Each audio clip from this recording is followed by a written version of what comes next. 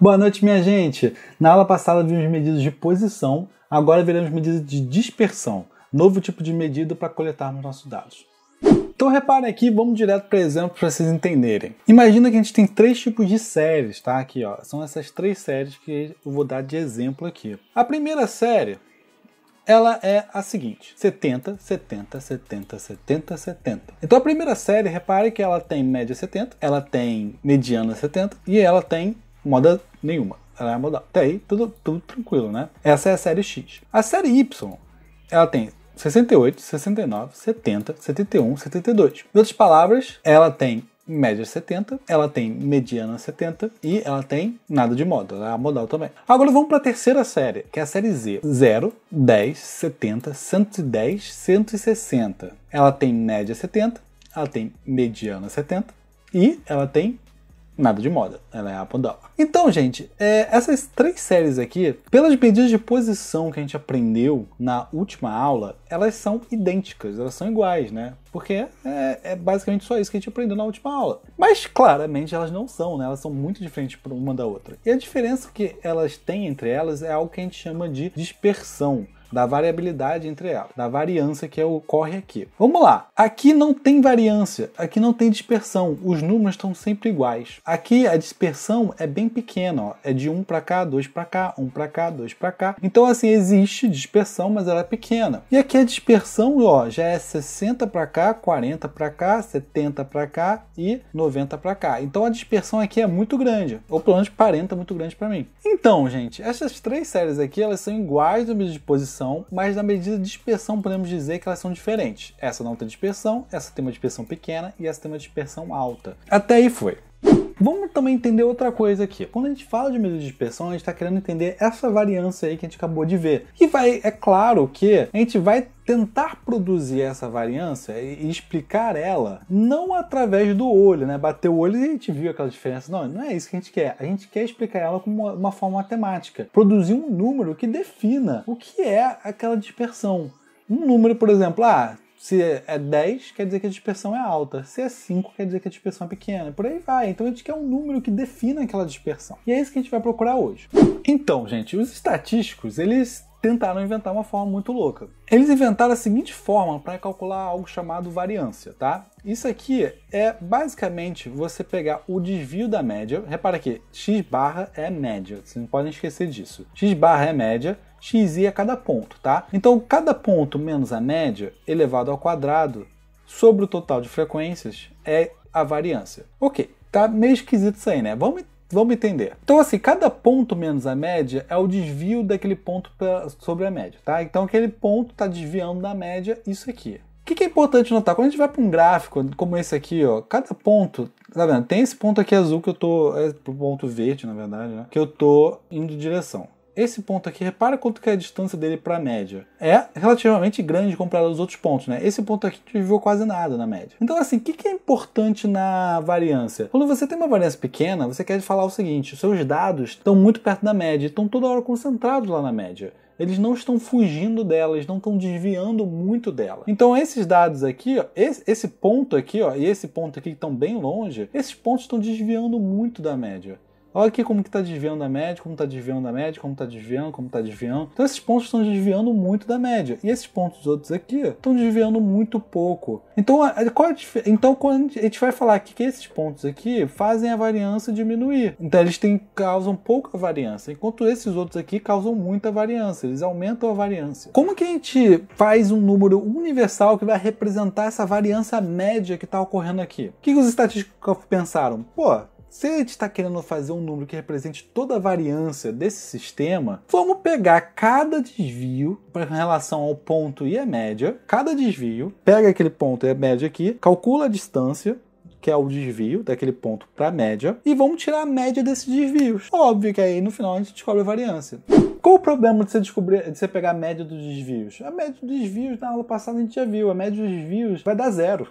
Porque cada ponto assim desvia da média de forma meio que regular. Então no final, a média dos desvios é sempre nula. Essa é uma das regras da estatística, uma regra da média aritmética. Então assim, você pegar todos os desvios e somar eles não adianta nada. Você no final vai conseguir o número zero. Então assim, Uma outra opção que você pode fazer é pegar cada desvio e botar eles do mesma... Por exemplo, se um desvio for negativo e um desvio for positivo, eles vão se anular, né? Isso não é bom, porque você quer saber, na verdade, a média dos desvios de fato. Não importa se eles são negativos ou positivos. Você simplesmente eleva ao quadrado cada número. Se você elevar um quadrado, um número negativo, acontece o quê? Ele fica positivo. E o número positivo acontece o quê? Ele continua positivo. Então, assim, o que os estatísticos fazem quando você tem números negativos e positivos, que são esses desvios? Se você simplesmente somar eles, vai dar zero. Não deu em nada. Mas se você levar ao quadrado cada um e somar eles depois, aí você tem um número razoável. Você tem um número que, de fato, pode ser representativo dos desvios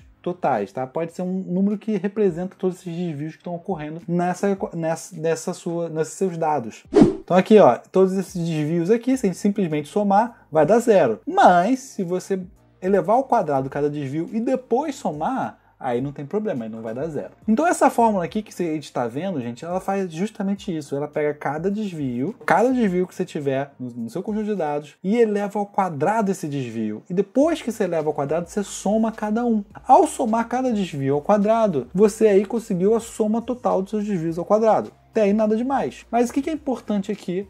Você não quer apenas a soma dos seus desvios, seria muito esquisito, né? Porque você simplesmente somar seus desvios não quer dizer muita coisa. O importante mesmo é você tirar a média. Você quer a média dos seus desvios ao quadrado. Ao tirar a média, você tem justamente um número que representa bem como que seus desvios desviaram, como que aconteceu de fato, como que seus dados desviaram da média. Então o que normalmente a gente faz? A gente soma os desvios ao quadrado e depois de somar todos os desvios ao quadrado, a gente divide pela quantidade total de pontos, que basicamente vamos tirar a média dos desvios ao quadrado, né? Média é justamente você somar tudo e depois dividir pela quantidade de números. Então, vamos somar todos os desvios ao quadrado e dividir pela quantidade de dados que você tem. Ao fazer isso, você tira a média dos desvios ao quadrado.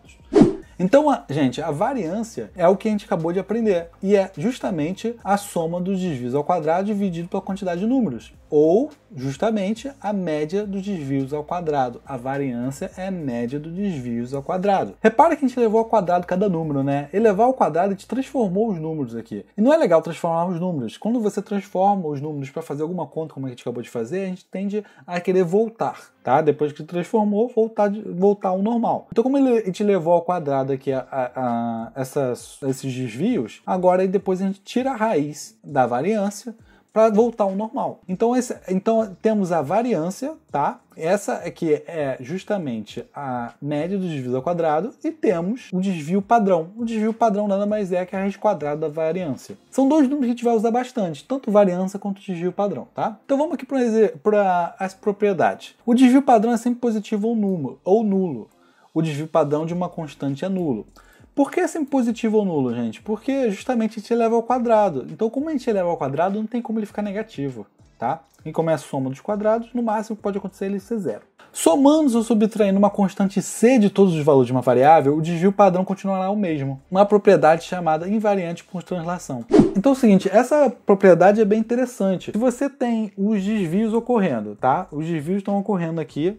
Esses desvios estão correndo conforme esse gráfico. Se você somar 2 ou, sei lá, qualquer número aqui com relação a esses pontos, o que vai acontecer? Esse gráfico que está nessa posição aqui, nada mais é do que ele vai mudar de posição, ele vai tudo para cima. E repare aqui que, apesar de todo mundo ir para cima, a dispersão em si vai continuar igual. Vamos olhar aqui para esses números, por exemplo, 68, 69, 70, 71, 72, né?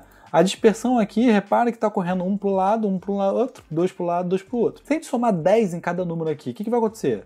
Em vez de 68, vai ser 78. Em vez de 69, vai ser 79. Em vez de 70, vai ser 80. Em vez de 71, vai ser 81. Em vez de 72, vai ser 82. O que vai acontecer aqui, gente? Repara que meio que mudou, né? A sua posição mudou, né? A média mudou, foi de 70 para 80, mas a sua dispersão não mudou. No final ainda continua sendo 80 para 79, 80 para 81, e por aí vai. Então, assim, a distância para a média não mudou, porque a média também mudou junto com os dados, entendeu? Então, gente, existe essa propriedade é bem interessante e importante pra gente.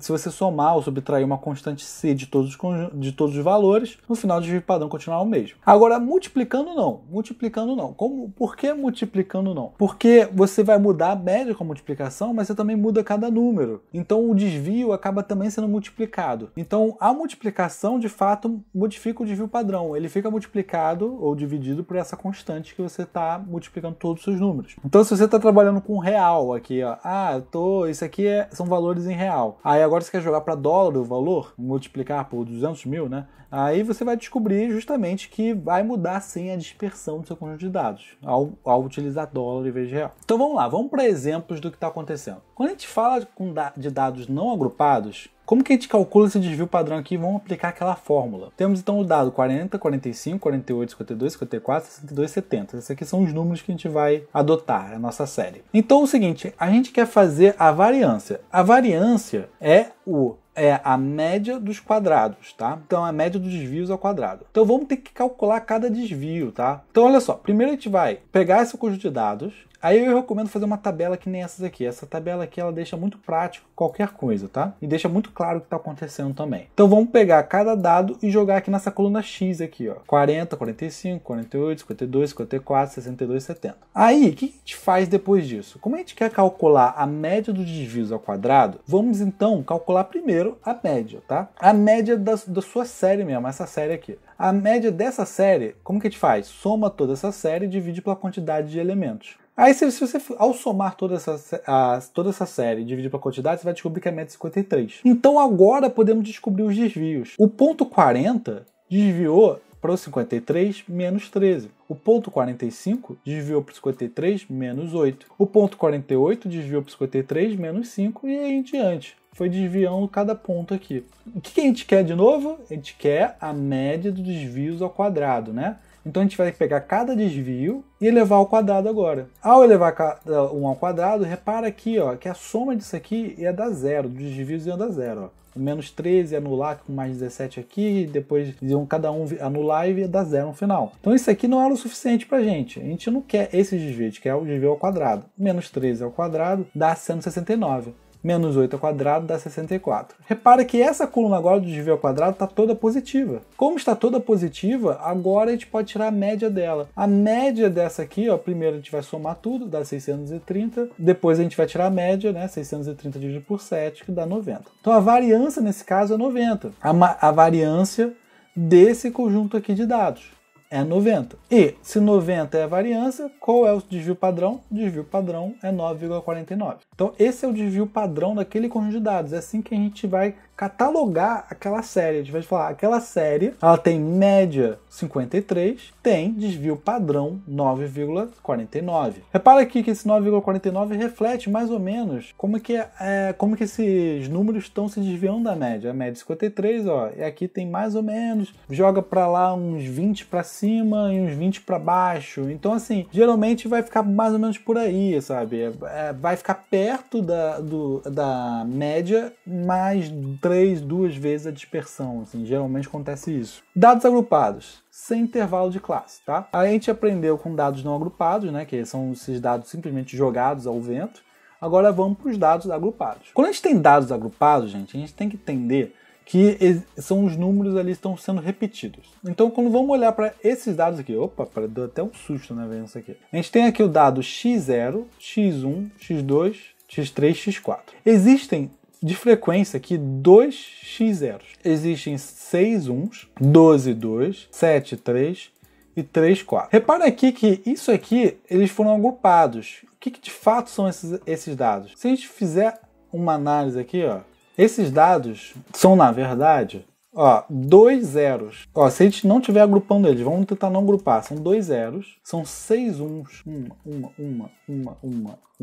São 12 2, 2, 2, 2, 2, 2, 2, 2, 2, 2, 2, 2. E são 7 3, 3, 3, 3, 3, 3, 3, 3. E são 4 3.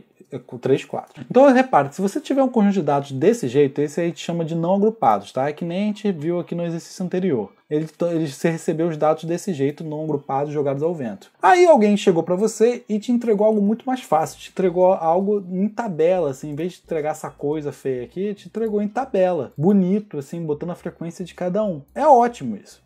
e não tem nenhum problema. É claro que você tem que se lembrar que, como existem essas frequências aqui, calcular a média é um pouquinho diferente, né? A média é a soma de todos os números, e a soma de todos os números acaba virando uma média ponderada, né? É 2 vezes 0, mais 6 vezes 1, mais tudo isso aqui de 2, mais tudo isso aqui de 3, mais tudo isso aqui de 4. Então tem que lembrar que para tirar a média é mais difícil. É 0 vezes 2, mais 1 vezes 6, mais 2 vezes 12, mais 3 vezes 7, mais 4 vezes 3, dividido pelo total de frequência. Então você tirou a média. Daí vai. Aí agora você vai calcular o desvio para a média. O 0 desviou do 2,1 menos 2,1. O 1 desviou do 2,1 menos 1,1. O 2 desviou do 2,1 menos 0,1, o 3 desviou do 2,1 mais 0,9, o 4 desviou do 2,1 mais 1,9. Então assim, cada número desviou isso aqui, mas repara o seguinte, esse 2,1 aqui, é claro que vai virar ao quadrado, 4,41, 1,21 e por aí vai. Existem dois zeros, então existem dois desvios de 4,41 ao quadrado, né? De 2,1 ao quadrado. Então repara que esse zero aqui desviou 4,41.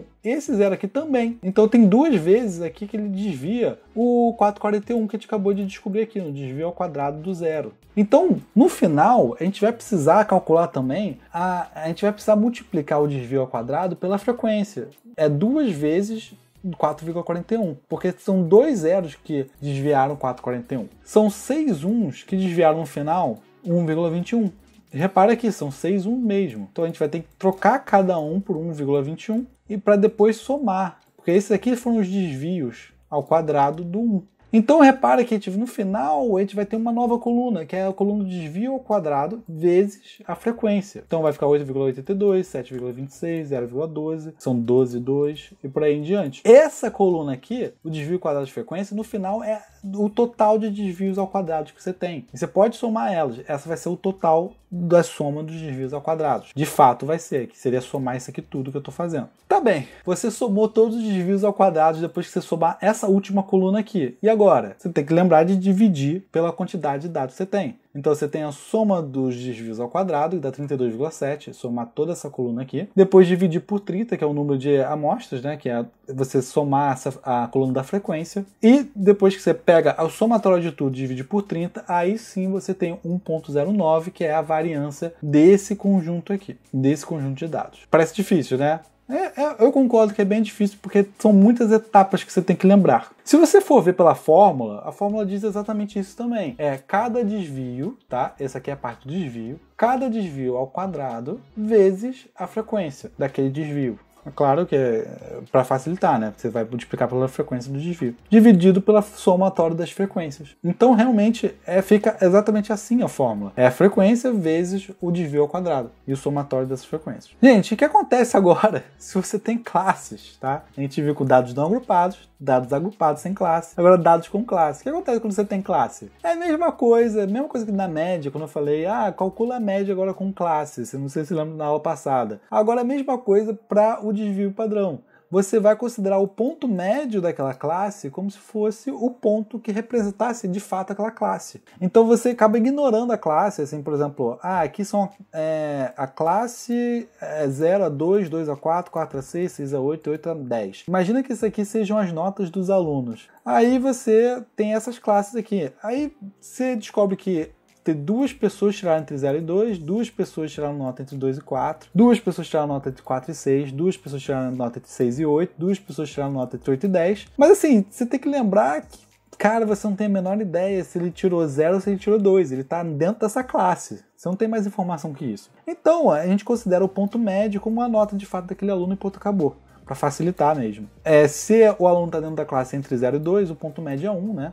E fica 1, aquela nota do aluno agora em diante. Aí, dentro do 2 e 4 é 3, que ela é a nota do aluno de agora em diante. Agora que você tem um ponto médio, você vai desconsiderar a classe e vira um problema igual ao anterior, né? Que tem o x, tem a frequência, média, desvio o quadrado da frequência. Então você vai ter justamente isso. Você tem um ponto médio, o ponto médio é que vai passar a importar. Aí você vai ter depois a frequência. Então, duas pessoas tiraram nota 1.